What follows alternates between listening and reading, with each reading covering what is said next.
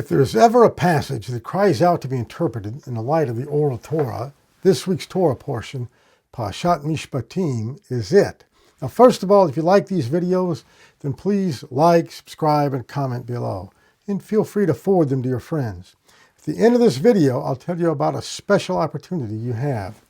Now, I'm doing this video especially for the benefit of the many non-Jews who follow me, who love the Torah. It is simply not possible to follow the written Torah without the benefit of the oral Torah. In this week's Torah passage, which includes Exodus 21, 7 to 11, it tells us about a father having the right to sell his virgin daughter into servitude as an Ama Ivriya, which admittedly was a form of indentured servitude rather than lifelong chattel slavery. All right, but nonetheless, here, let's listen to the text. Exodus 21, 7 through 11. When a man sells his daughter as a slave, she shall not be freed as male slaves are. If she proves to be displeasing to her master, who has designated her for himself, he must let her be redeemed. He shall not have the right to sell her to outsiders, since he broke faith with her. And if he designated her for his son, he shall deal with her as is the practice with free maidens. If he marries another, he must not withhold from this one her food, her clothing, or her conjugal rights. If he fails her in these three ways, she shall go free without payment. Okay, now this whole passage sounds shocking to a modern Western audience, accustomed to reading about the Atlantic slave trade, racial chattel slavery, etc. Now, this is not the same thing, but nonetheless, let's see what the rabbis do with it. Already by the late Second Temple period, and certainly the Rabbinic period, this law was so interpreted as to functionally nullify it. The rabbis limited this power of a father to sell her into servitude only if he was absolutely destitute and could not support her. This sale would at least provide for her basic needs. But at the same time, the father could only sell her before she attained the age of puberty, which in Judaism begins when she shows the first signs of physical maturity, which normally occurs around age 12. Nonetheless, if she reaches 12 years and 6 months with no signs of physical maturity, she is now considered a young woman anyway. After that, the father no longer had the right to sell her into servitude at all. But under Jewish law, the father does have the obligation to redeem her out of slavery as soon as he has the means to do so. In fact, he can redeem her against her master's will, which is one of the things that makes her unique in Jewish law.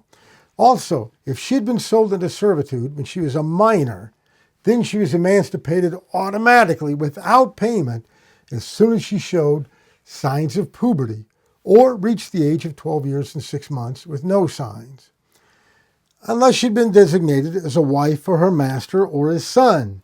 In that case, she was his wife in every legal sense and no longer a slave.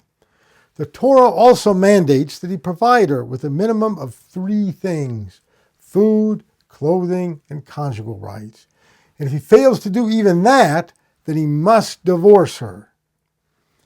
You can read about how the rabbis legislated in such a way as to look out for the rights of the poor girl in the Babylonian Talmud in Kiddushin, pages 14b to 22b.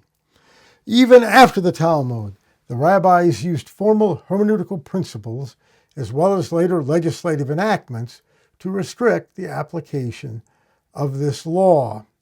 You know, I hear this thing all the time from well-meaning Christians that say, you know, the rabbis, you've taken the written Torah and you've added to it with the oral Torah and made it a burden and made it more burdensome for the people and heavier and all of that. It's actually the opposite that's the case. The rabbis made the written Torah more lenient. The rabbis were concerned about changing social circumstances and things like that, and they wanted to mitigate the harsher aspects of the written Torah.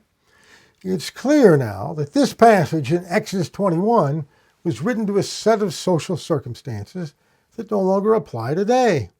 In Israel, while we still have people that are poor, They are not like the poor of the ancient world, where they might not even have enough food to keep themselves alive. Today, we have not only government services that provide social welfare, each community synagogue also has set up a community gemach, or collection for the poor. All of that removes the conditions that once made such a law conceivable. But at the time this law was given at Sinai, it was meant to help a girl who was born into a family so poor they couldn't even feed her enough to keep her alive. I'd like to go on and expand how the whole institution of slavery mentioned in this week's Torah portion no longer applies directly today, but I don't want to needlessly lengthen this talk.